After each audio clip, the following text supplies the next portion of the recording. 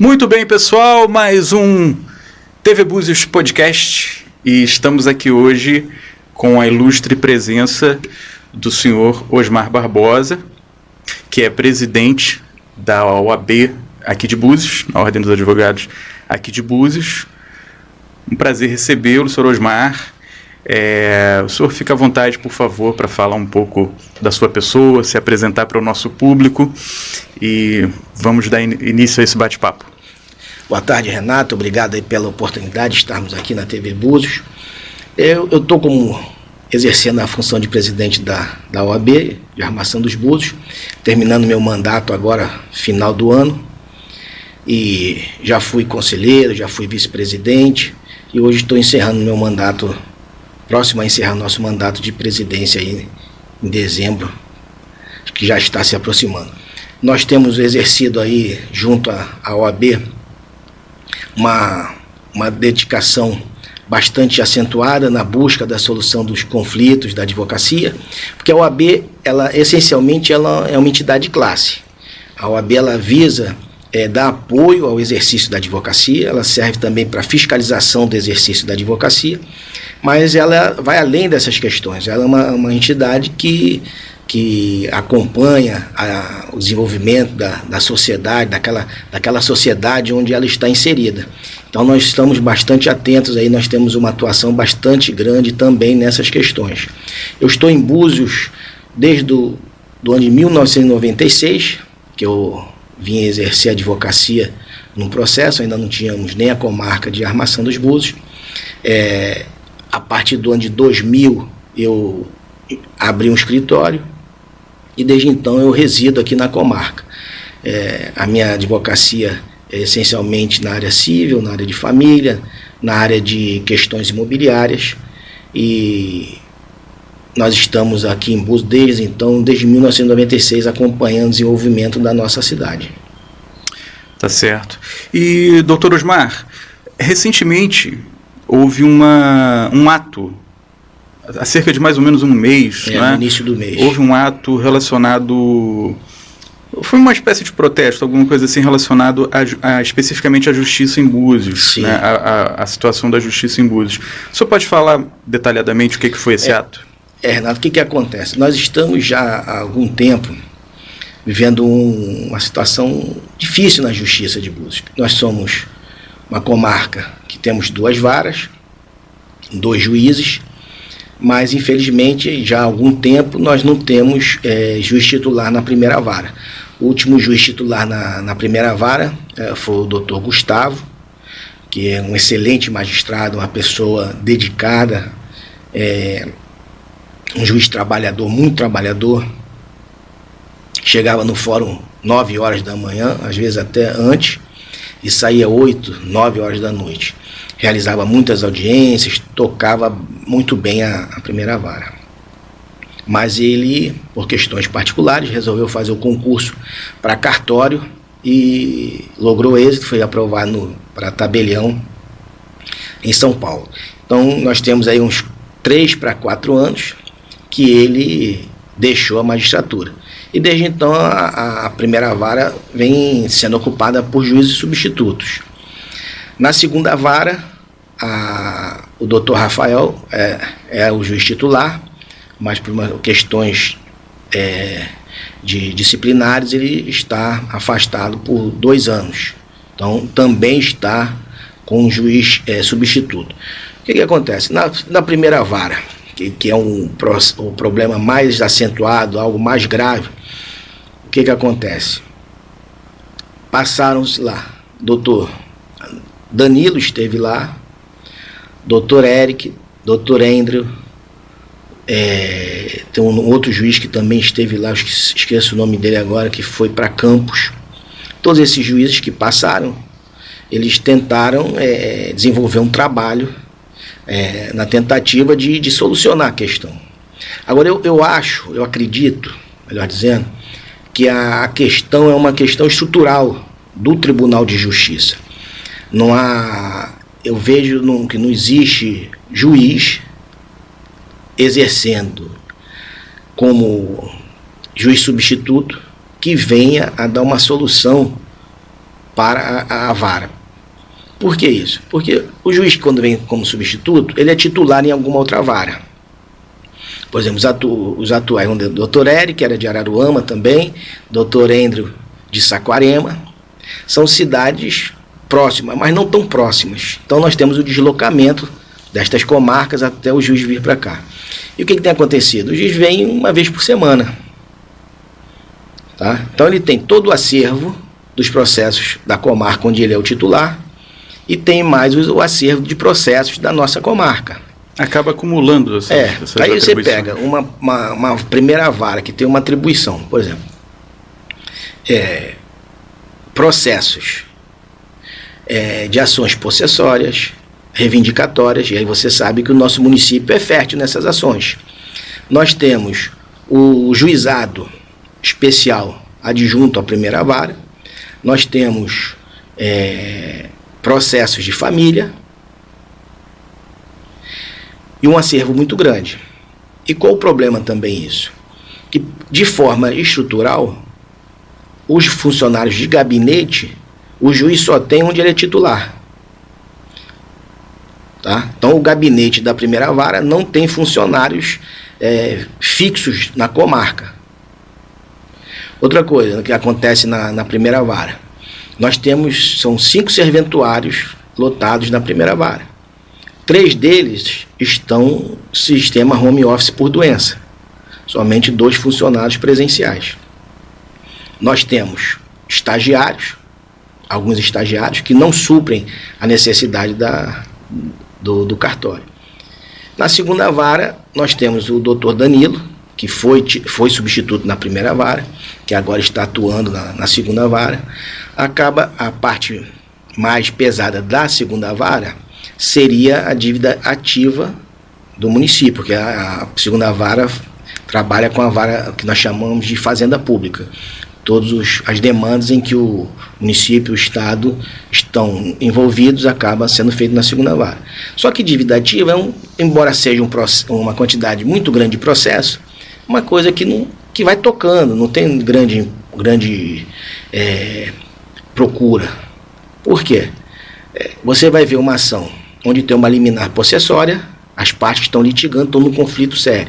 As ações de medicamentos são mais importantes, questões de prisão, que tem réu preso, mas esses processos que o doutor Danilo está tocando, o doutor Danilo conseguiu dar um movimento, colocar as coisas em andamento.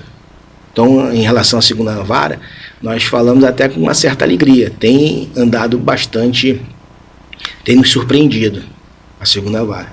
A primeira vara é que nos demanda muita atenção. E infelizmente, a realidade é o seguinte: Juizado Especial de Búzios. Hoje, os colegas não estão mais propondo ações no Juizado Especial, porque leva mais tempo do que na vara comum. Tá?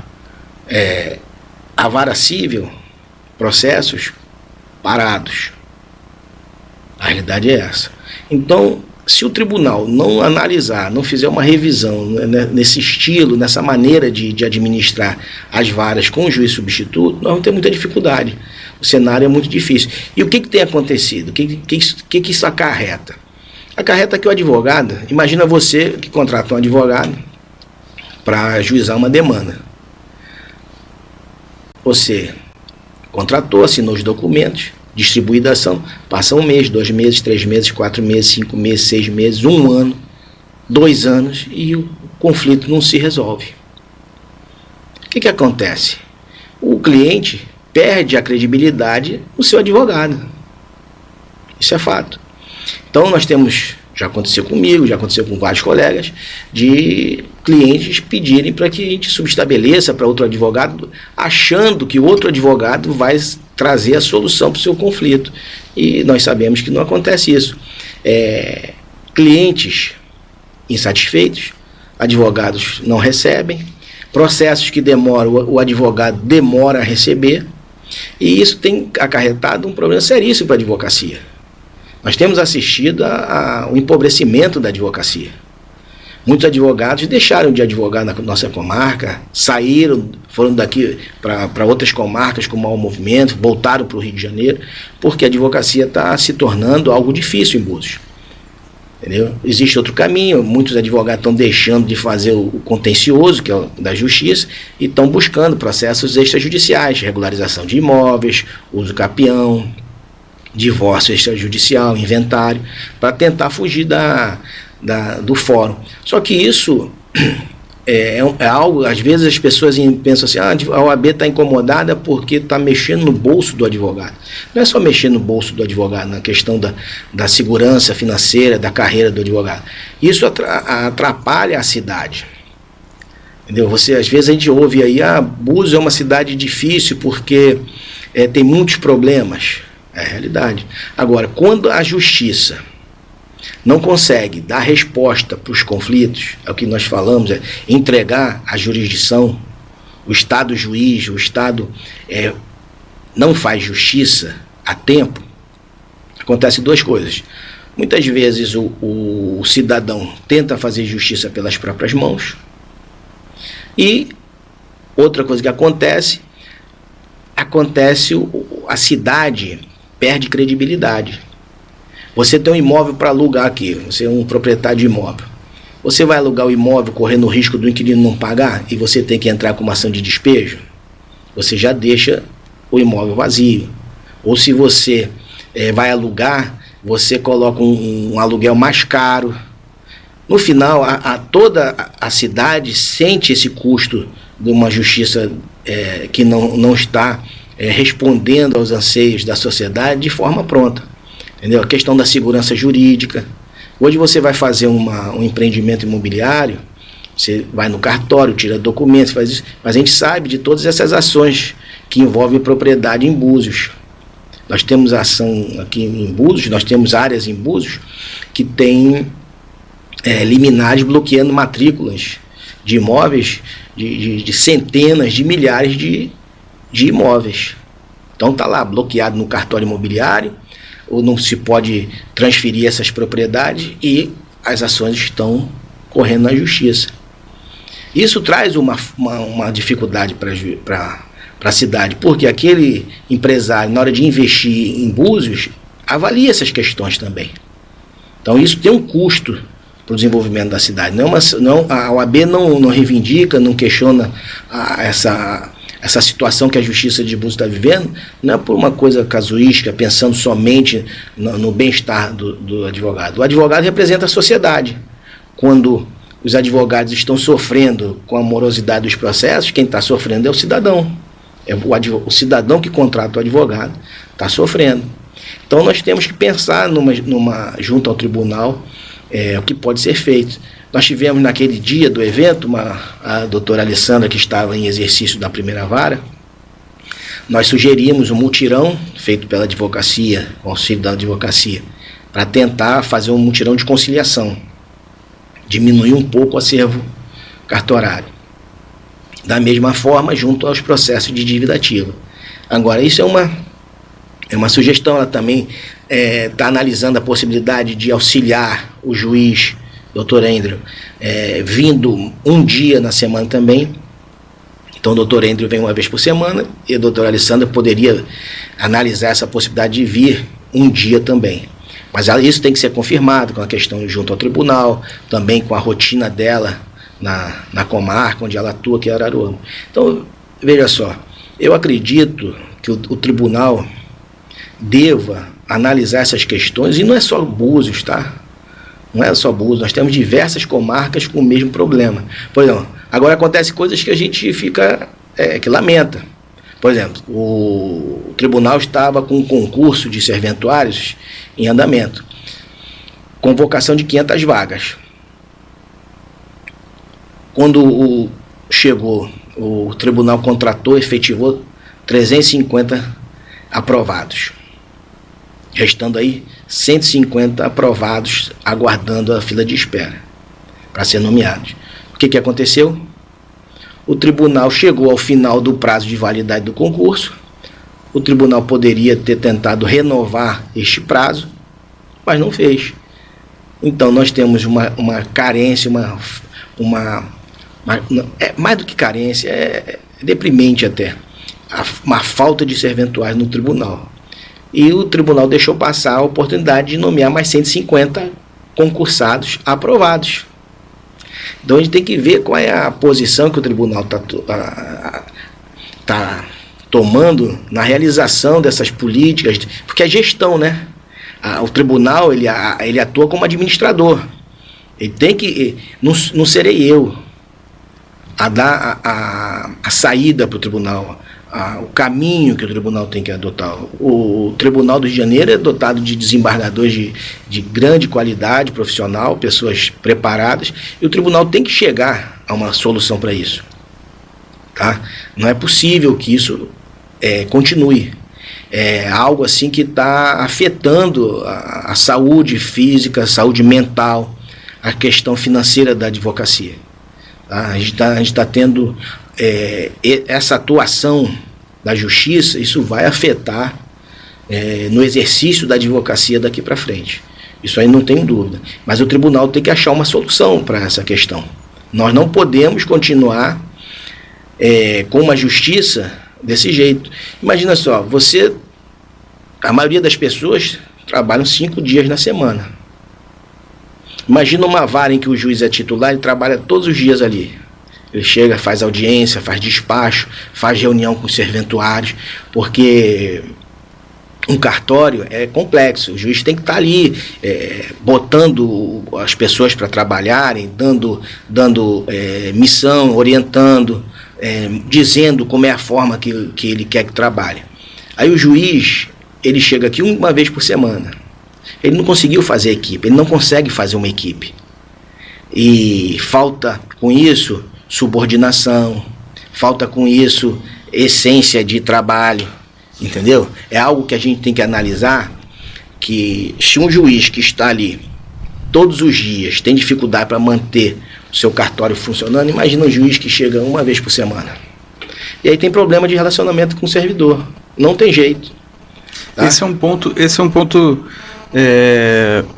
bem, assim, curioso, né? Interessante, assim, para a gente abordar, porque a população em geral, né, não sabe como que funciona essa coisa do dia a dia, da administração, né, de uma comarca, né, enfim.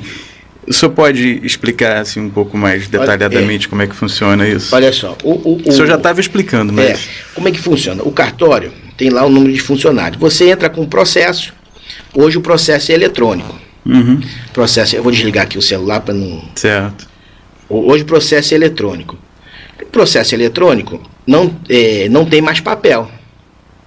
O advogado, ele, quando vai dar entrada na ação, ele preenche todos os dados de cadastro, nome das partes, identidade, CPF, endereço, nome da mãe, nome do pai, todo o cadastro das partes. Qualifica também os seus dados. Tem uma relação de ações, não é uma coisa até complicada, é algo chato para fazer. A gente que é mais antigo até apanha na hora de fazer isso. Então você tem que classificar o tipo de ação, você vai cadastrando lá, valor da causa. Tem a greve para recolher, que as custas judiciais também é outro problema aqui. Não sei se você sabe, o Tribunal do Rio é o segundo tribunal do Brasil com as custas judiciais mais caras.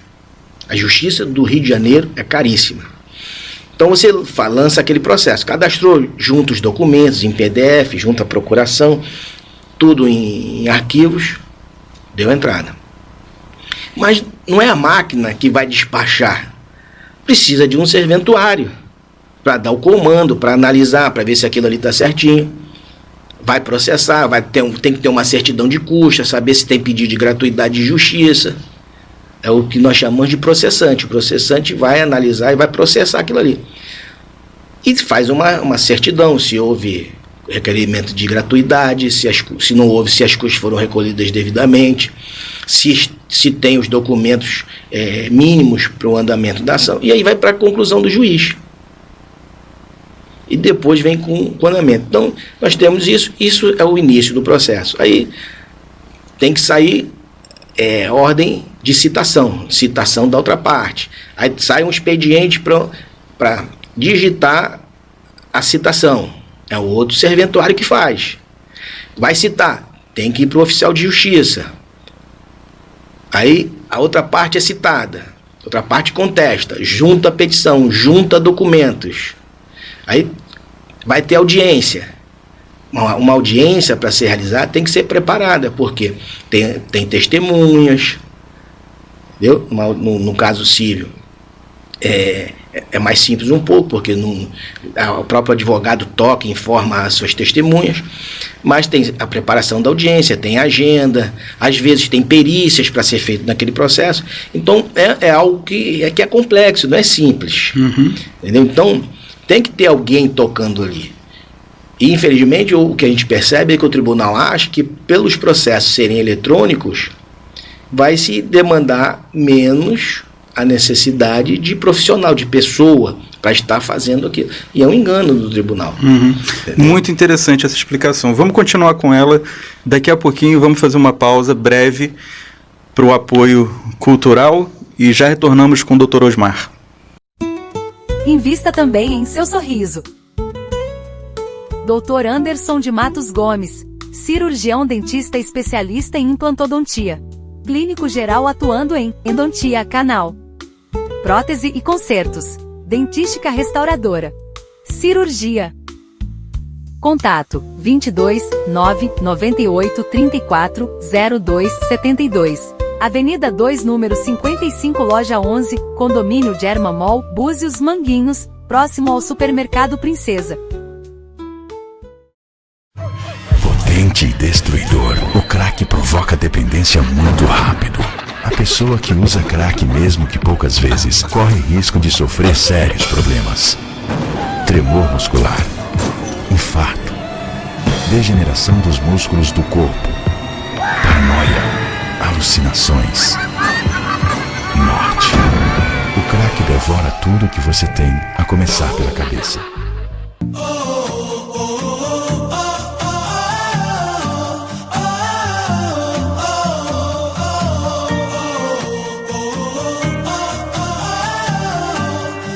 Olá pessoal, sou o Délio da Casa Feliz, uma loja sensacional com vários artigos de decoração para sua casa, escritório, enfim.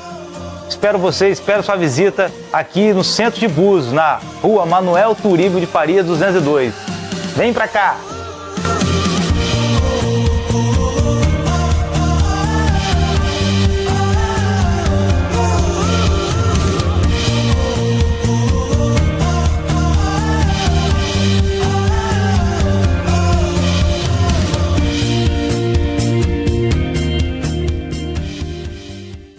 Muito bem, pessoal, estamos de volta, hoje com o Dr. Osmar Barbosa, presidente da OAB aqui de Búzios. Então, Dr. Osmar, o senhor, eu não errei seu nome não, né? Não, tá perfeito. Osmar Barbosa. Então, seguimos aqui com o Dr. Osmar, o senhor falava sobre essa questão das dificuldades, né, que são criadas pela falta dos serventuários, né, e por conta dessa problemática toda que existe, apesar de termos processos eletrônicos, mas ainda, né, é um engano pensar que não existe a presença do ser humano nesse processo todo, né? É verdade. Afinal de contas, tem todos esses detalhes que o senhor explicava. Então, eu peço que o senhor dê continuidade nessa explanação. E aí eu acho que talvez seja um equívoco de estratégia do tribunal. Se eu estiver enganado, eu peço desculpas à presidência do tribunal em relação a isso. Mas o que eu tenho visto é que me parece que é uma nova tendência do tribunal achar, em função dos processos eletrônicos, que a presença dos serventuários está sendo descartada. E não é assim. Como eu te falei, o processo eletrônico demanda a participação do serventuário. Tá? Então, e além de tudo, o serventuário, hoje nós falamos muito da inteligência artificial também, isso aí é outra questão que os tribunais estão aderindo a essa questão da inteligência artificial. Até um parênteses, teve um fato aí que o juiz deu uma sentença se utilizando da inteligência artificial, e a inteligência artificial inventou uma jurisprudência inexistente. Nossa. E depois a parte vencida foi questionar e verificou que aquilo ali não existia. Então, nós sabemos da existência da inteligência artificial, os tribunais superiores, até o STF, está fazendo uso de alguma forma de inteligência artificial. Se a gente tiver oportunidade, até eu falo nisso. Mas nós não podemos esquecer que tem a relação humana. A justiça, ela trata de relações humanas. As partes que estão litigando é uma relação humana, é um desentendimento entre pessoas que foi levado ao Estado juiz, para decidir quem é que está com razão. E tem o trato do serventuário, além da questão processual, tem o trato do serventuário com o advogado no balcão, tem o trato do serventuário com as partes, que as partes também podem chegar no cartório do fórum e perguntar, ter acesso aos seus processos. Tá? Então, a função do serventuário é fundamental. E o que nós temos percebido também é que o serventuário tem sofrido tanto quanto os advogados. Você pega, eu falo serventuário, eu também estendo ao juiz. Porque o que acontece? O serventuário está ficando doente.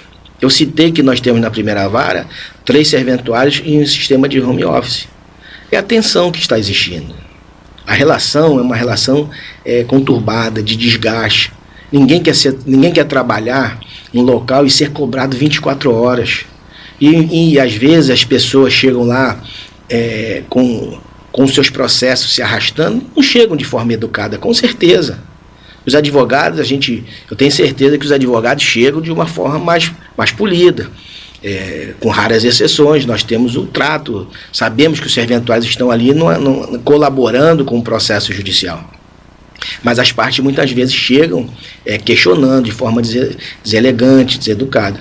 Então isso está criando um problema nos próprios serventuários. Eu tenho certeza que se o tribunal fizer uma análise da sua estatística de serventuários que estão se afastando do serviço por questões de depressão, questão de ansiedade, é muito grande. Tá? Então o tribunal tem que rever essa questão. Outro ponto também, e que aí não é uma crítica contra os magistrados, é uma leitura da realidade. O tribunal exige, para que o magistrado receba o adicional por acumulação, que ele atenda, que ele cumpra 30% do que o juiz titular faria naquela comarca, se tivesse um juiz titular. Aí, Renato, eu falo para você, você acha que nós podemos nos contentar com uma prestação jurisdicional 30% do ideal? Acho que vai fazer falta, né? Vai dar problema, não vai? E aí eu tenho certeza que tem magistrados que fazem mais do que 30%. Tá? Mas eles, para fazerem mais do que 30%, eles estão trabalhando muito mais horas, eles estão se desgastando, eles estão ficando doentes também. Então, o tribunal tem que dar uma solução para isso. Algo tem que ser feito, tem que ser pensado para se resolver essas questões. E, doutor Osmar, esses problemas todos, né? Toda essa questão que o senhor fez essa explicação, esses problemas eles se originam por quê? O que leva a todos esses problemas? Tem vários aspectos.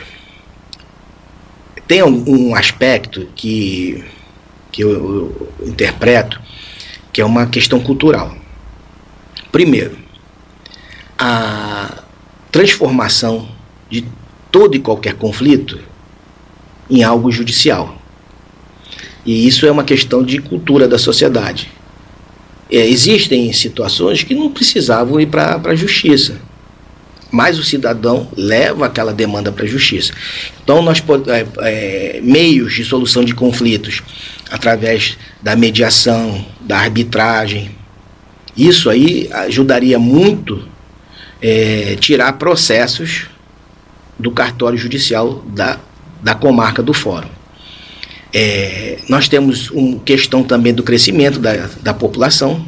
Quanto mais pessoas morando naquela cidade, mais conflitos, mais processos. E nós temos também a forma de formação, a maneira de formação dos juízes. Se você analisar um concurso para magistratura, é um concurso muito difícil. Um concurso de magistratura estadual, o candidato para fazer o concurso, ele faz um concurso aí de 15 disciplinas. E não é um concurso fácil, é um concurso dificílimo. O candidato tem que ser profundo conhecedor dessas 15 disciplinas. A gente assiste aí a abertura de concurso, abre, vamos dizer, 40, 50 vagas para juiz. No final de aprovados, tem 18, 20, sobra vagas. E isso é um problema, porque além do concurso difícil, tem o tempo das etapas do concurso. Tem a prova objetiva, tem a prova discursiva, tem a prova oral, tem a prova de sentença. Até o candidato estar efetivamente aprovado em condições de tomar posse, leva um tempo. E ainda tem o curso de formação na escola da magistratura. Então, se você abre um edital hoje para suprir a carência de 50 vagas de juiz, você pode, eu acredito aí que pelo menos um ano se leve para ter pessoas aprovadas naquele certame em condições de tomar posse. Tá? E a gente analisa também a questão, o juiz empossado hoje, vamos dizer que ele vá para uma vara única, que tem muitas cidades que tem vara única. O juiz vai analisar, processar, sentenciar processos de toda a natureza. Ele vai julgar processo criminal, processo civil, processo de família, inventário. Eu costumo falar que talvez fosse uma solução para esse problema, fosse fazer uma prova de magistratura. Isso é ideia minha, tá? Não estou defendendo uma ideia em nome da advocacia, uma coisa que às vezes eu penso que poderia ser assim. Por exemplo, você poderia fazer vagas para magistratura por áreas.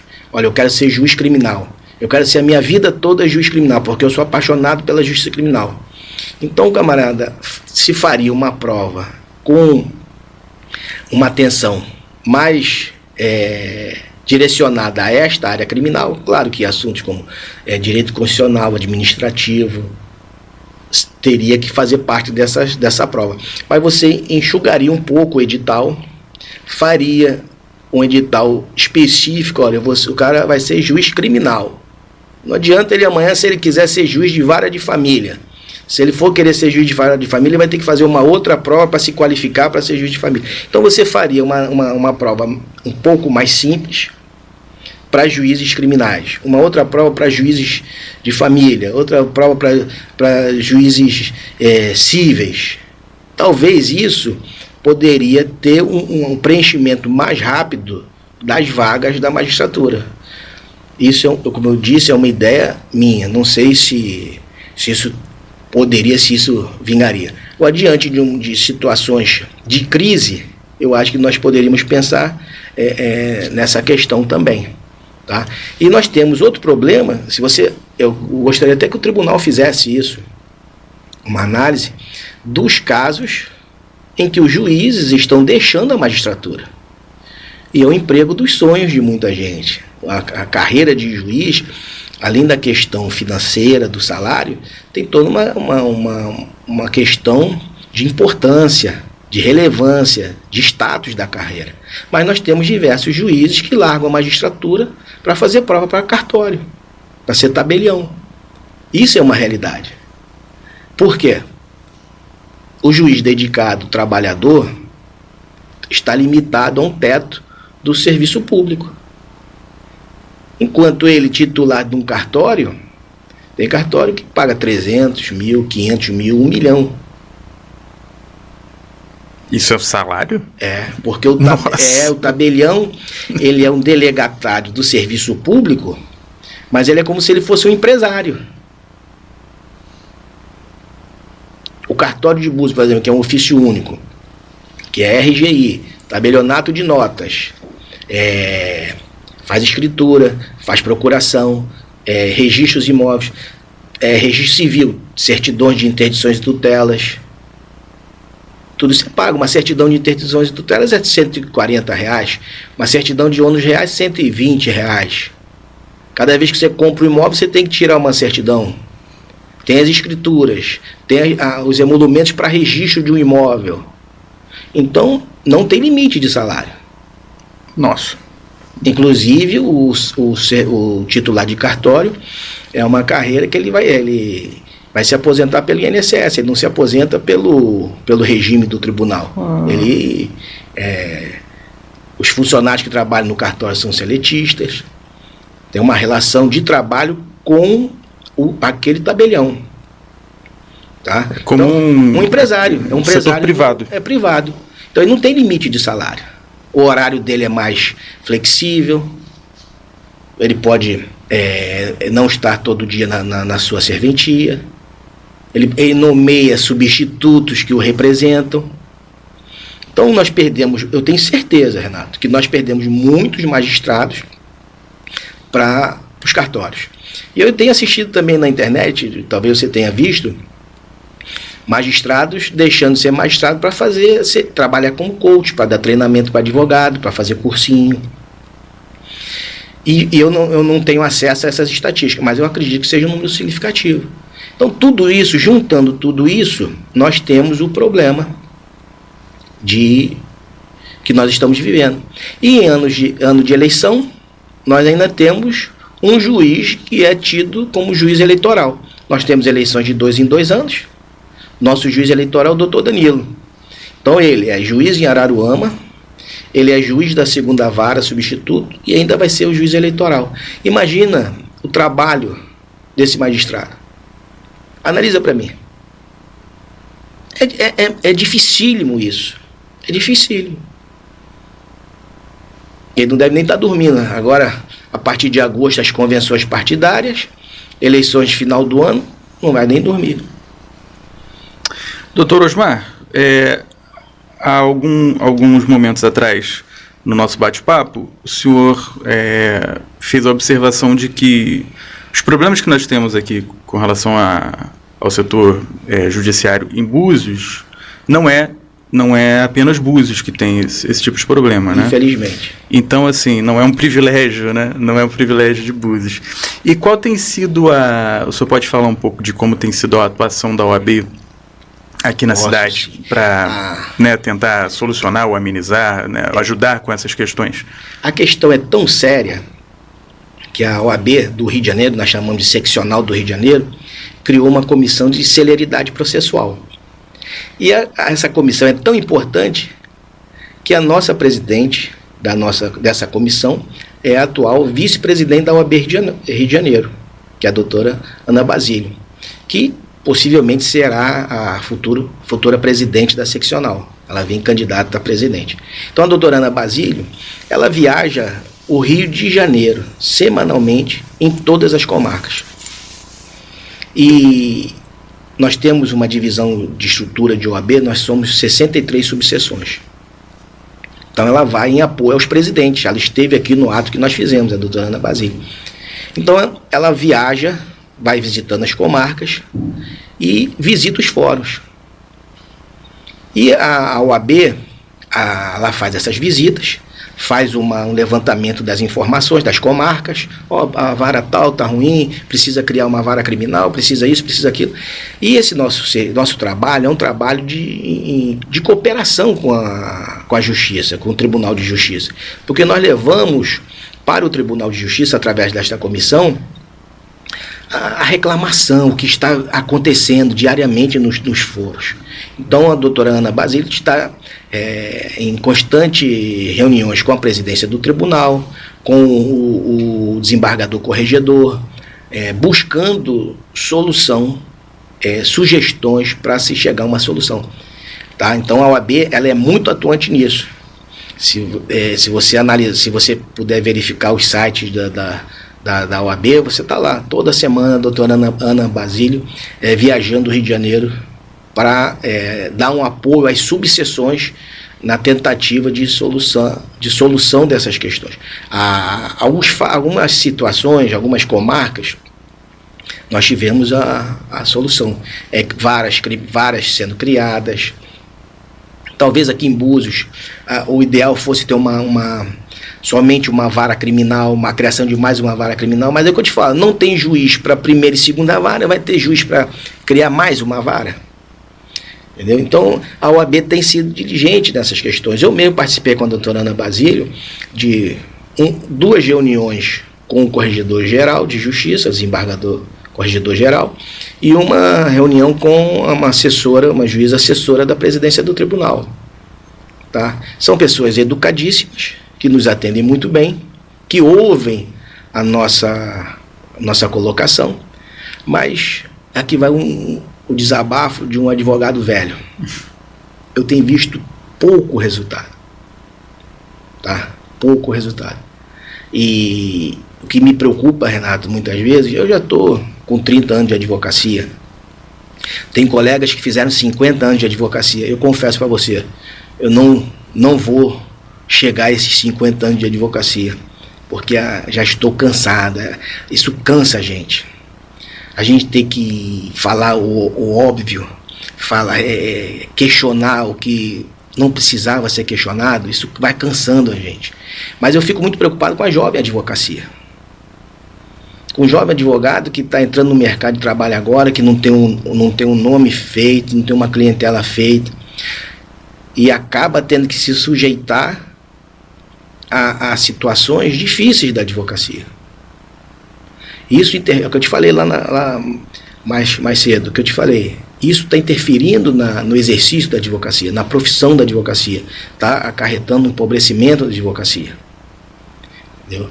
Então, a nova advocacia hoje, que está tendo que pagar aluguel de escritório, pagar funcionário, se estabelecer, não está tendo condições. E aí entra, quando você me perguntou o que a OAB tem feito em relação a isso. Eu sou um defensor do sistema OAB. A gente costuma dizer que nós dirigentes somos homens e mulheres de ordem, da ordem dos advogados. Nós não recebemos salários para ocupar os cargos, nós trabalhamos, é um trabalho voluntário, uma coisa que é de paixão da gente.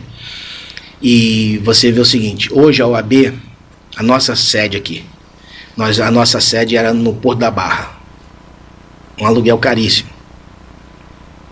A estrutura ali era uma estrutura voltada para restaurante. O Clemente, quando fez aquilo ali, fez voltado para restaurantes. Então não era algo bem adaptado para a OAB, embora a sala da presidência fosse uma sala voltada para o mar, algo lindo, mas não dava o conforto para a advocacia buziana. Então a primeira coisa que nós fizemos quando eu tomei posse foi conseguir um outro local. Nós saímos de lá, fomos para o centro. E hoje nós temos lá na nossa sede 2 escritórios, mas além da área de peticionamento, a área de atendimento de administrativo, nós temos 2 escritórios modelo pronto. O advogado hoje, e aí a OAB teve que fazer isso, identificando essa fase de carência, de necessidade, a OAB criou escritório compartilhado. Hoje o advogado não precisa ter escritório físico. Ele usa a agenda na OAB, liga para lá, agenda, dia tal, hora tal, ele atende o seu cliente naquele escritório, vai lá ter computador, impressão, xerox, cafezinho, água gelada, banheiro limpo e a manutenção feita pela OAB. Então nós tivemos que fazer isso. E isso foi geral em todo o estado. O número de salas de compartilhamento que foi criado no Rio de Janeiro foi algo bastante significativo. Nosso presidente Luciano Bandeira, ele enxergou isso e foi um compromisso da administração dele e da doutora Ana Basílio. Então nós temos hoje, em cada sede da OAB, você tem um espaço para o advogado atender seus clientes. Isso é porque a pandemia foi muito dura para a advocacia. Muito dura. Nós tivemos aí que fechar os escritórios, um tempo muito grande sem poder atender, a justiça parada, as coisas não aconteciam. Então, houve empobrecimento da advocacia, infelizmente. E o advogado, para retornar, precisou da ajuda da OAB. E, graças a Deus, a OAB esteve atenta a isso e fez essa medida de acolhimento, de atenção para o advogado. Claro que tem pessoas que reclamam. claro que tem colegas que são contra a administração do Luciano e da Ana Basílio, porque a administração não é fácil, né? As pessoas que se colocam à disposição de estar servindo aquela coletividade, muitas vezes são mal interpretadas, não tem o apoio da categoria, que isso é outra questão também. Mas a OAB, tentando uma maneira de solucionar essas questões da advocacia, também fez essa questão dos escritórios compartilhados. Mas, claro que não é o suficiente. Tá?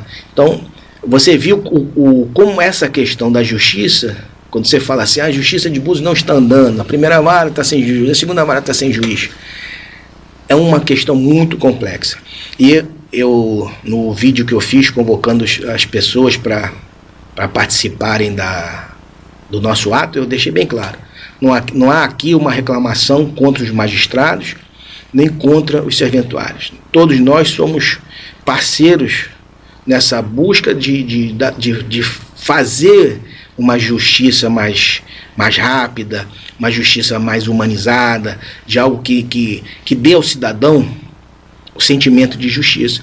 Porque se você, analisa comigo, se você tem um processo, você entra com um processo, se aquele processo leva muito tempo para ter uma solução, quando sai a sentença, você não se sente, você não acha que teve justiça, porque você já sofreu muito ao longo daquele processo. Então a justiça tardia não é justiça. Isso interfere na vida das pessoas, tá? Mas a gente tem esperança que isso de alguma forma venha melhorar. A gente espera que pessoas, eu tenho certeza que tem pessoas na justiça, na estrutura do tribunal, que são pessoas que estão se dedicando de forma grandiosa para se chegar a uma solução disso aí. Eu não sei quando é que isso vai acontecer, tá? Mas eu espero que a gente possa ter uma solução desse problema. Muito bem. A gente agradece a sua presença. Esse papo com certeza fica aqui registrado um conteúdo muito interessante, né, para o nosso público. E para a gente finalizar, é claro que o senhor fica à vontade para abordar qualquer ponto que a gente ainda não tenha falado, mas que o senhor julgue que é indispensável, né, que a gente não possa deixar de falar, mas eu vou lhe perguntar também sobre um ponto que a gente ficou de tocar, né, que é essa questão da campanha de doações que a OAB está fazendo aqui em Búzios para as doações lá para o Rio Grande do Sul. Se o senhor quiser falar de algum ponto antes disso, fica à vontade. Tá, vamos falar dessa questão aí, que é de grande importância, né? Eu falei com alguns colegas porque para você fazer uma campanha de doação, o que acontece? Às vezes falta adesão, envolvimento, mas essa crise que aconteceu no Rio Grande do Sul, ela tem sido divulgada pelos órgãos de imprensa e está sendo algo que está impactando as pessoas, né? A gente ouve depoimentos de famílias que perderam seus filhos, de pessoas, bombeiros, resgatando crianças e vendo corpos de bebês flutuando, vendo famílias desalojadas. Isso aí sensibiliza todo mundo. E esse caso particularmente, a gente tem que ter um engajamento, não é um engajamento para ser feito agora no mês de maio, mês de junho, é um engajamento que a reconstrução daquele estado vai demandar tempo. Então nós temos que criar uma cadeia de coleta de donativos, algo que venha ser efetivado mês a mês. Nós temos que estabelecer uma estrutura que seja capaz de estar levando para aqueles irmãos do Sul um mínimo de subsistência. Falta água, falta roupa, e a temperatura naquele estado é fria. Então a OAB, no sistema nacional da OAB, criou esses pontos de coleta. A OAB, que funciona no centro aqui de Búzios, está coletando esses donativos, Tá? É importante frisar também o que algumas pessoas já estão frisando aí na internet. Se você for doar pares de sapato, de alguma forma, um preso no outro, com fita durex, doar roupas que estejam em condições de uso, não é aquilo que você jogaria no lixo, né? É algo que vai servir para uma pessoa utilizar realmente. São nossos irmãos, a gente não está descartando, jogando o que era para jogar no lixo, vai mandar para lá. Então a gente tem que ter atenção disso, de identificar as roupas, separar roupas. Eu estava vendo uma matéria na internet que é interessante, que às vezes você, com boa vontade de dar, você separa os sapatos. Mas aí, quando aquilo se junta no mundo de sapatos, se perde os pares. Eles estavam tendo dificuldade de juntar os pares. Então a pessoa na internet passava uma fita durex nos pares de sapato para chegar lá e não se perder. A gente tem compra lá o saco de lixo preto no mercado e bota tudo dentro. A pessoa estava ensinando, não faz isso, porque vai ter que ter alguém para abrir. Então, quando você for fazer a doação, bota lá em sacos transparentes, possivelmente identificado, número de sapato, bota o número de sapato. Se é roupa feminina, bota uma etiqueta dizendo que é roupa feminina. Se é roupa infantil, qual o número, qual a idade daquela roupa para criança. Porque imagina só, chegar aquela quantidade de donativos num estado que está destruído, a quantidade de pessoas que terão para classificar essas doações. Então a gente tem que pensar nisso também, de facilitar a logística no recebimento destas doações. Então nós vamos fazer uma identificação. Eu peço que as pessoas já mandem identificar número de sapato, como eu falei, se é masculino, se é feminino, se é infantil. E nós estamos recebendo essas doações. Não vai ser algo momentâneo.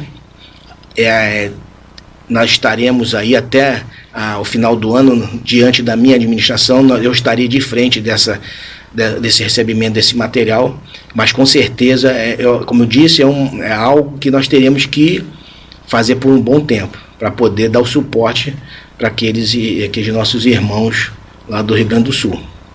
Perfeito, perfeito. Realmente uma orientação muito, muito oportuna e necessária, né? Realmente, o que menos estão precisando lá é ter mais trabalho, né? Trabalho já tem de sobra. A gente precisa facilitar as coisas, né? E algo que, vou ser sincero, eu não tive essa ideia. Eu vi uma pessoa falando isso, né? Você doa e os pares de sapatos se perdem. Pois é. Então não serviu a doação. Tem que ter esse cuidado realmente de não querer doar aquilo que na verdade você ia jogar fora, né? Porque aí realmente você não está ajudando. E ter esse cuidado de mandar tudo organizado, identificado, né? Realmente é importantíssimo. Bom, doutor Osmar, lhe agradecer mais uma vez, um prazer, uma honra. E se quiser dar uma olhada na sua pauta e ver se tem algum ponto que a gente não tocou, que o senhor não queira deixar de fora, por favor, fique à vontade. Eu queria só passar também, porque a OAB, como eu falei, ela é uma entidade que é uma entidade essencialmente de classe, de fiscalização do exercício da advocacia, de apoio ao exercício da advocacia, mas a OAB ela exerce um papel constitucional de auxílio da justiça, e nós somos requisitados muitas vezes a fazer parte dos conselhos municipais da nossa cidade. Então a OAB tem conselheiro no Conselho Municipal de Saúde, Conselho Municipal do Meio Ambiente, Conselho Municipal da Criança e do Adolescente, Conselho de Contribuintes. Então, todos os segmentos da nossa administração, nós temos representantes da OAB. Estes representantes, eles funcionam como conselheiros, por trabalharem no conselho.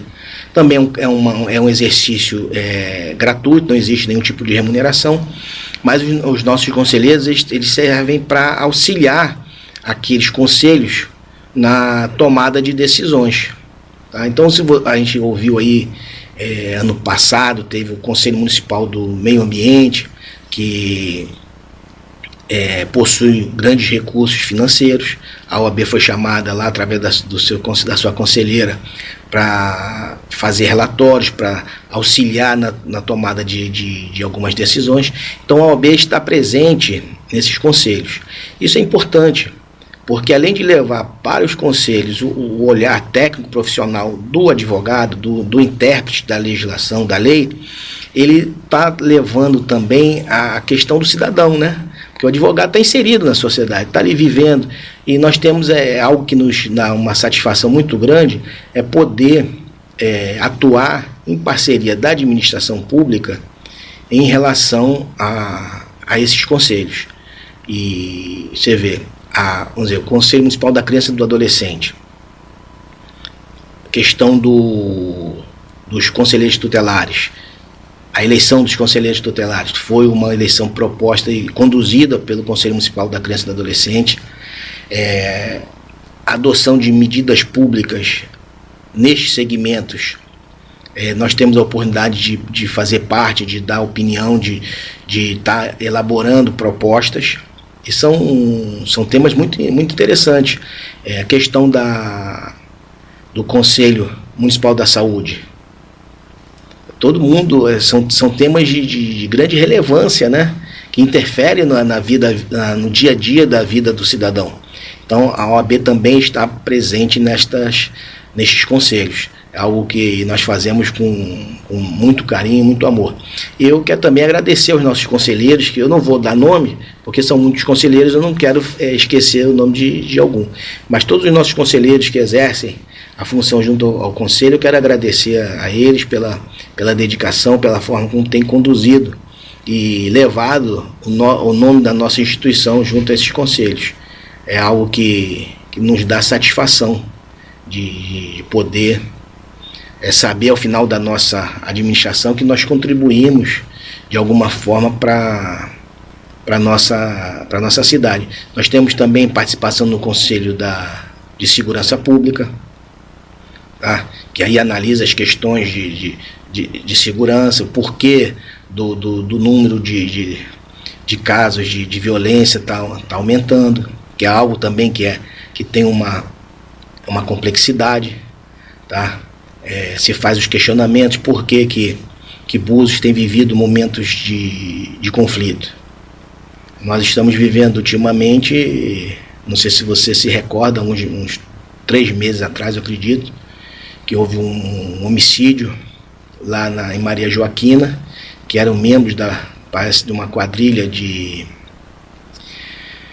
sem-braças, que estaria tentando tomar o controle do movimento de drogas lá em Maria Joaquina, e que com a morte desse líder, a Maria Joaquina mandou fechar Maria Joaquina, fechar a Rasa. Nós tivemos as portas dos comércios na Rasa fechados. Sim. Então tudo isso tem um envolvimento, tem uma questão, e a OAB está participando disso.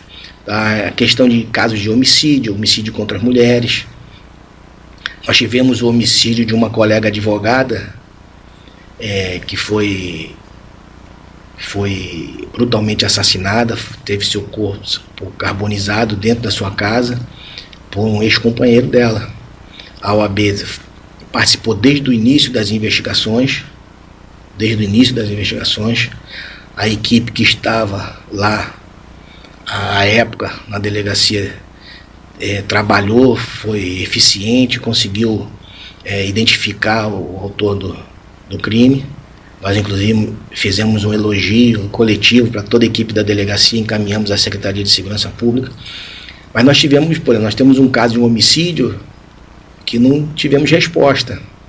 Um caso de uma senhora que foi morta dentro de um hostel, ali no centro de Búzios. Foi assassinada, teve seus pertences roubados, e a condição daquele... Eu acompanhei o início das investigações, ficou algo conturbado, porque você pode entender, Renato, hoje um hostel em que os quartos não têm porta, a convivência é algo meio... como é que eu vou dizer? Os relatos que foram tidos ali, consumo de droga, de bebida, e acabou tendo um homicídio dentro desse hostel. A senhora chamada Leonor. Até hoje nós não conseguimos resposta para esse crime. Eu lembro de ter ouvido falar desse caso, Então, sim. são coisas que... mas o que tem a OAB? A OAB tem a ver com isso. Tecnicamente, a princípio, se você fizer uma leitura superficial, não tem. Mas nós participamos do Conselho de Segurança, e nós temos que, de alguma forma, como instituição, primeiro zelar pela nossa cidade, né? Claro. Buscar o melhor. Então, às vezes a gente faz questionamento. Eu, por exemplo, participei de uma reunião na Câmara dos Vereadores, em que o prefeito estava, na época o comandante Madureira, tenente Madureira, estava. Eu fiz um questionamento ao tenente. Claro que a gente tem que enaltecer o trabalho daquela pessoa. O tenente Madureira é um policial militar dedicado, tem algo que valoriza a carreira dele, que ele foi soldado, foi praça e depois conseguiu chegar ao oficialato. É um policial conhecedor da rotina. Mas eu perguntei para ele: tenente, como é que o senhor quer fazer segurança em Búzios, tendo a função da polícia militar, a função de uma polícia ostensiva, quando nos últimos anos a gente só tem visto o contingente da polícia militar diminuir? Eu botar aí 10 anos, 15 anos atrás, Búzios era uma cidade super policiada. Tínhamos viaturas rodando a cidade o tempo todo. O dia todo você via viatura da polícia militar. Hoje eu te pergunto, ao andar na cidade, você vê viaturas da polícia militar? Eu acho que você vê poucas. Mesmo com o projeto de um policiamento aí, dos policiais em hora de folga. Então eu tenho certeza que eu falei para ele que o número de policiais que ele tem em mãos, eu não me recordo agora, tá? Não vou ser leviano em falar um número que pode não ser o correto. Mas ele falou lá na hora, eu falei: tenente, se o senhor pegar esses homens que tem que tirar folga, o senhor não consegue fazer um policiamento ostensivo. Isso talvez seja um problema na nossa cidade. Policiamento ostensivo. O delinquente, o bandido, o marginal, quando vê a circulação de viatura, ele fica inibido a fazer a prática do crime. Tá? Outro ponto que eu falo sempre: 190. Você já ligou para 190? Já. Para emergência da PM? Faz tempo, mas já liguei. Na época, sim. Na época, Eu não vou fazer isso. Mas se eu pegar meu telefone e ligar 190 aqui, vai chamar e ninguém vai atender. Eu acredito.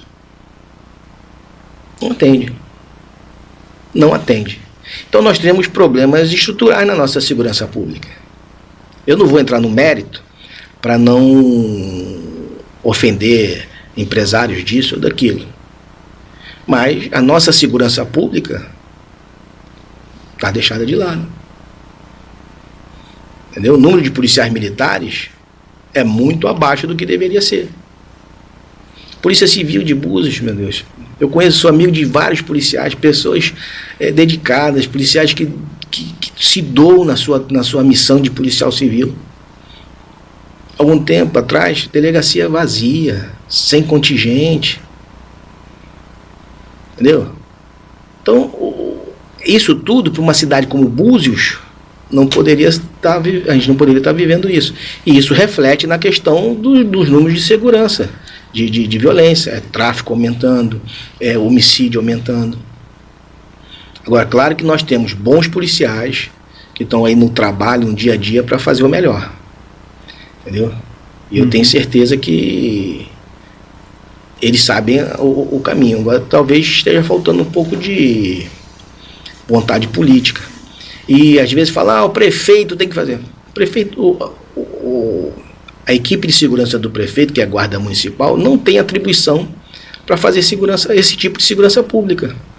A atribuição da guarda municipal é de vigilância e proteção, a princípio, dos órgãos públicos, dos prédios públicos, das escolas, do hospital, dos postos de saúde, da prefeitura, o auxílio no controle de trânsito, né? Mas aquela questão propriamente da segurança pública, da prisão, claro que se o guarda municipal estiver numa via pública e vê o flagrante delito, ele vai atuar. Mas não é ele essencialmente que tem essa missão. Mas a OAB está presente nesses pontos, está buscando dar sugestões, e nós amamos Búzios, né? Nós escolhemos a cidade de Búzios para morar, para viver. Então tudo que se trata de melhoria para a cidade, nós buscamos participar.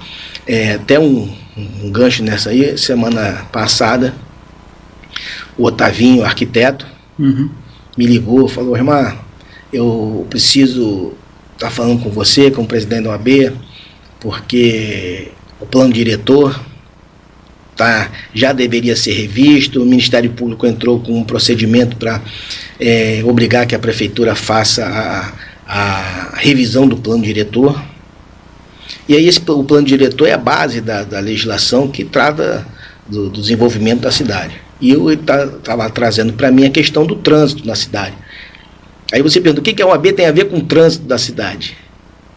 Que eu te falei, numa fria leitura, nada. Mas se você observar que o plano diretor tem uma previsão de revisão de tantos em tantos anos, e que esta revisão não está sendo feita, está contrariando o que estabelece a lei, aí você já começa a pegar o gancho, porque que a OAB tem interesse nisso. Então, o Otavinho está com uma proposta dentro de uma visão de cidade que ele tem, de fazer uma proposta da mudança viária, da circulação. Ele falou: irmão, todo mundo sabe disso, nós hoje levamos um tempo absurdo de circulação do centro até o pórtico. Se você fizer isso na parte da manhã, entrando na cidade, na parte da tarde, saindo do centro, você leva 1 hora para cruzar. Tem horários que é assustador. Você olha o engarrafamento ali terrível. Então o Otavinho me procurou, eu falei: Otavinho, não tem problema, a OAB vai ser esse canal de discussão, de apresentação de propostas, sem questão de partidarismo. A OAB é a partidária. O nosso partido é Búzios, nosso objetivo é Búzios. Então, nós vamos estar levantando essa questão. E dentro dessa questão também do plano diretor, outro ponto aí que é interessante, por exemplo, o Parque Estadual Costa do Sol. Eu bato palma para questões ambientais.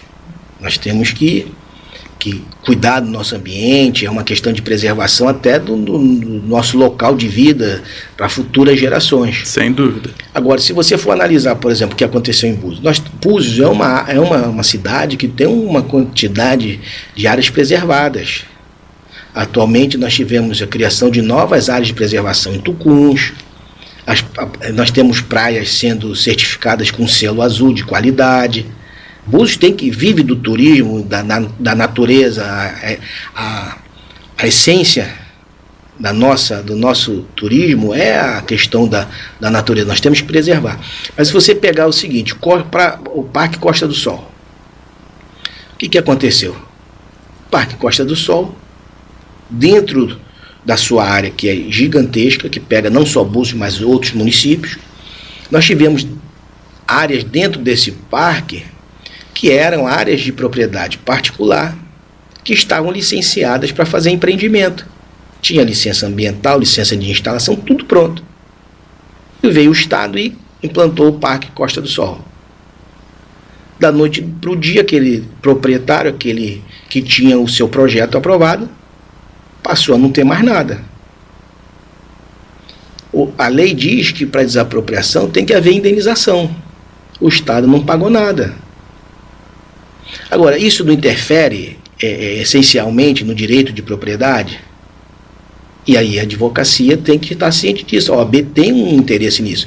Então, dentro dessa discussão do plano diretor, vai ser feito também um gancho para se discutir a questão do Parque Estadual Costa do Sol. O Estado não pode desapropriar uma área particular sem indenizar.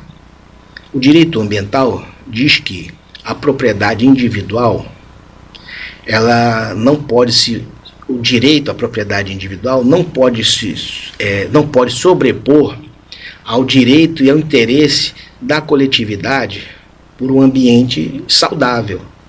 Tá certo, perfeito.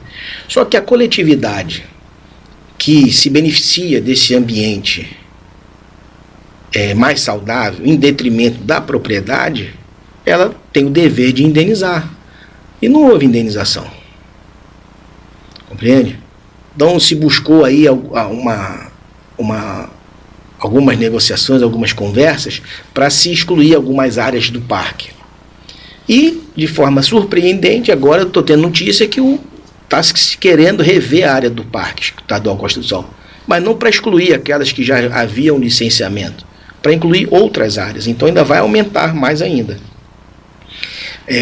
Você veja, o Estado tira a propriedade do particular, não indeniza, e não se discute, não se analisa o porquê disso, o porquê daquilo. Então, a OAB também está sendo chamada a se manifestar em relação a essa questão toda. Então, eu digo que nós teremos aí, embora eu esteja chegando ao final do meu mandato, eu não vou concorrer à reeleição, tenho a honra de indicar como minha sucessora uma colega advogada que eu tenho por ela um grande respeito, consideração, carinho, que é a doutora Érica Vale. Quando ela chegou na cidade, eu já estava aqui, tive o prazer de recebê-la, de conversar com ela, então já a conheço há muitos anos. Ela é uma excelente advogada e reúne aí os requisitos para estar assumindo essa tarefa. Claro que nós teremos eleição agora final do ano, os advogados participarão dessa eleição, mas eu acredito que ela seja advogada eleita para o triênio seguinte. É uma advogada atenta, militante na comarca, conhecida. Isso também, Renato, a OAB de Búzios vai ter sua primeira presidente, mulher. Isso tem sido uma postura da OAB nacional. Talvez sejamos o único conselho profissional isso. Nós defendemos a paridade, que na nossa administração, na nossa chapa, tem que haver 50% de advogada mulher. Isso regularmente institucionalizado. Não pode concorrer uma chapa a algum cargo de administração de OAB que não tenha paridade respeitada. Nós temos também 30% de cotas para a questão racial da negra. Nós fazemos essa exigência, e eu vou te falar, isso não é algo que seja um favor para as mulheres. Nós temos essa preocupação de proporcionar às nossas colegas mulheres igualdade de condições de concorrerem e de exercerem a administração. Tanto que a nossa vice-presidente, Ana Basile, é a candidata à eleição no nosso próximo triênio da seccional. Acredito e torço para que ela venha a ser eleita. E da mesma forma como a doutora Érica, como eu disse, não é um favor que nós vamos fazendo, é um reconhecimento da qualidade profissional, da capacidade administrativa e da sensibilidade de analisar todas as questões que nós vivemos. Então eu fico muito orgulhoso de estar encerrando a minha administração agora ao final do ano. Eu fui vice-presidente, fui conselheiro e presidente. E eu tenho eu vou confessar, a vaidade, o orgulho de ter escrito e inscrito o meu nome na história de Búzios.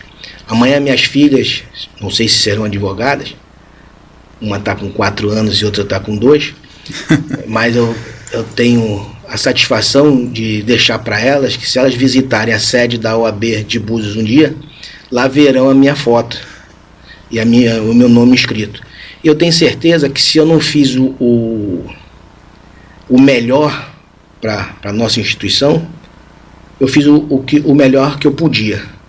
Eu sempre digo o seguinte, que a OAB hoje é o somatório de todas as outras administrações.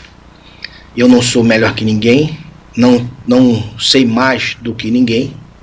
Agora eu tenho certeza que eu pude dar ali a essa administração, a esta instituição, um pouquinho das minhas qualidades, um pouquinho da minha contribuição. Então nós tivemos, como histórico aqui, nossa primeira administração, Dr. César Spezin como presidente, Dr. Oswaldo Benjamin como vice, e a Érica era secretária. Oswaldo Benjamin, como a gente chama carinhosamente, Oswaldinho. Todo mundo sabe quem é Oswaldinho, o homem de caráter, advogado competente, um advogado da área imobiliária, algo que deixou marca. Me parece que o primeiro usucapião extrajudicial na comarca foi ele que fez. O César Spezin é um advogado com uma certa experiência em Búzios, mas muito influente na seccional, trouxe conquistas para Búzios. Nós criamos, foi através dessa administração que se criou a OAB de Búzios. Depois teve a administração do Dr. Márcio José como presidente. Eu tive o prazer e a satisfação de ser vice dele. E ganhamos a eleição do Dr. César Spezin, que ele concorreu, ganhamos por 3 votos de diferença. Depois fui conselheiro, Márcio veio mais uma vez, Márcio teve 2 mandatos. E na época quem foi vice do Dr. Márcio foi a doutora Shirley, também uma advogada muito combativa, uma advogada que se dedicou às causas das mulheres na comarca. Hoje ela está mais na advocacia criminal. E depois eu, como presidente, e a doutora Érica como vice, que possivelmente será a nossa futura presidente. Então eu digo, a instituição, ela é hoje o somatório de todos nós que passamos, com seus acertos, com seus erros, mas eu tenho certeza que nós fortalecemos a advocacia. Quando nós começamos a pensar na criação da OAB de Búzios, nós tínhamos 30 advogados na comarca.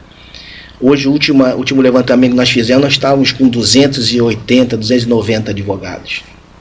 Então a OAB está crescendo. Nós deixamos hoje uma OAB com uma estrutura melhor para a advocacia.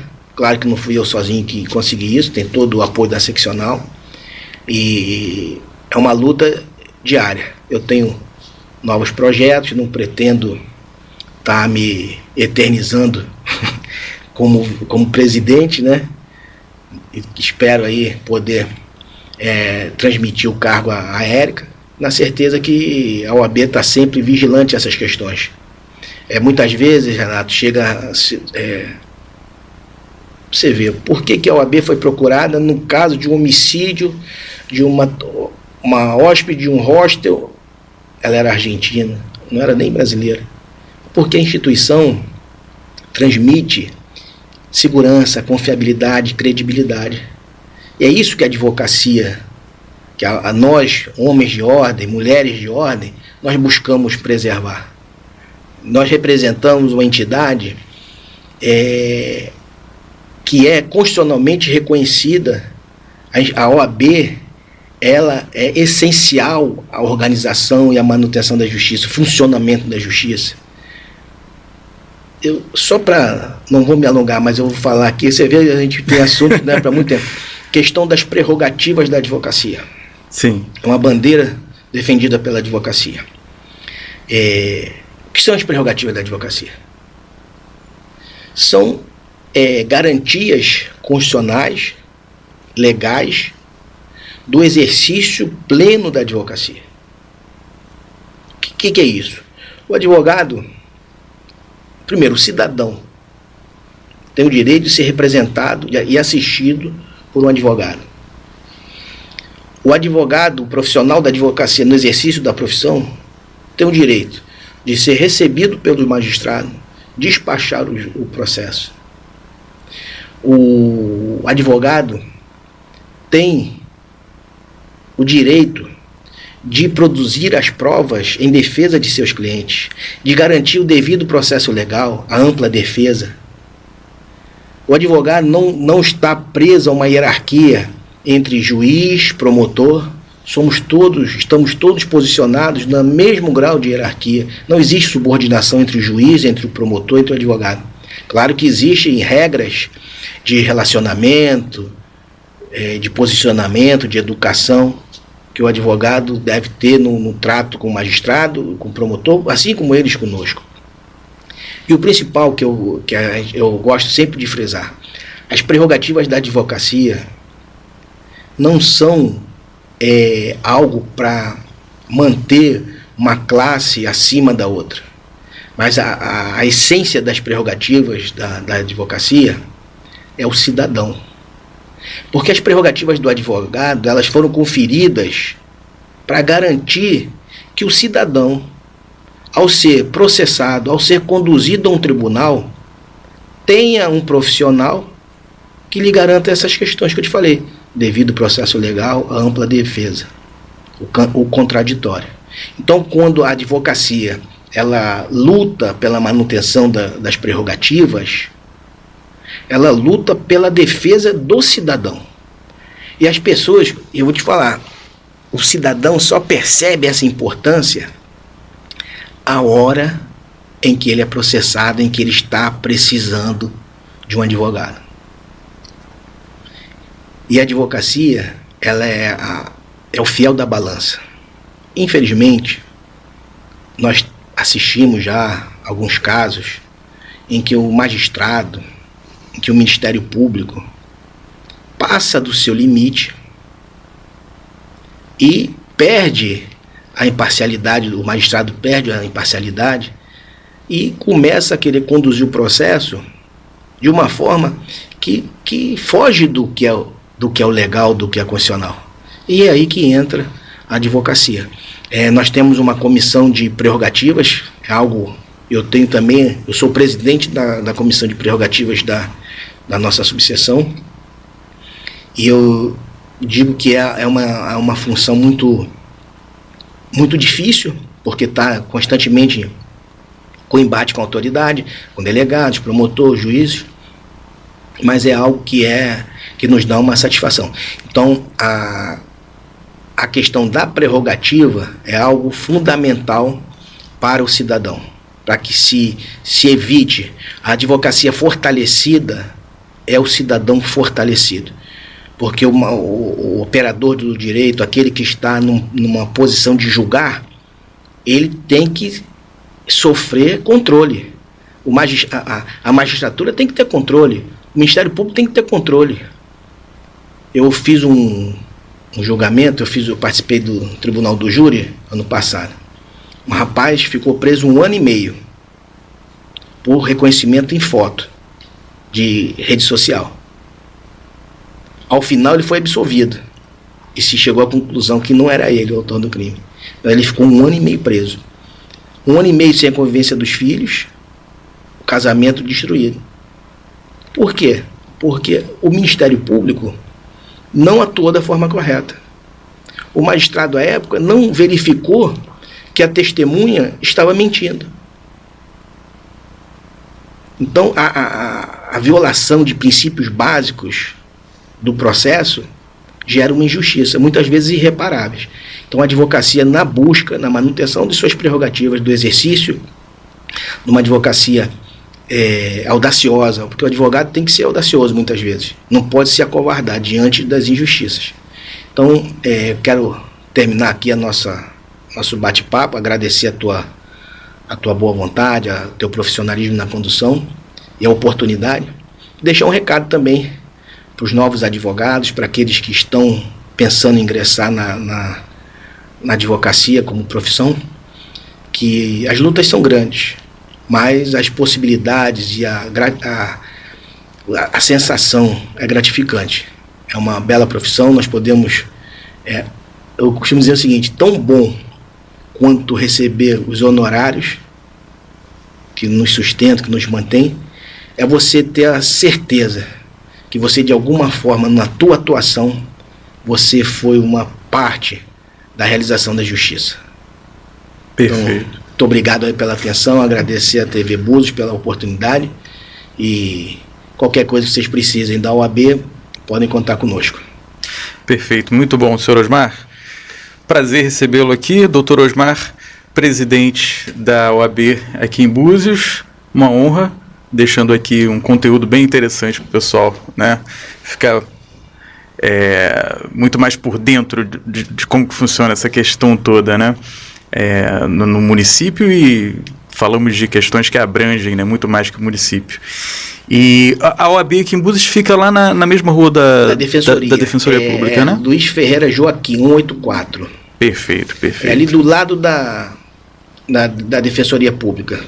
A Defensoria Pública está numa esquina e tem um restaurante ali. Bem no centro da cidade. Bem no centro. Funcionamos de segunda a sexta, de 9 às 18 horas.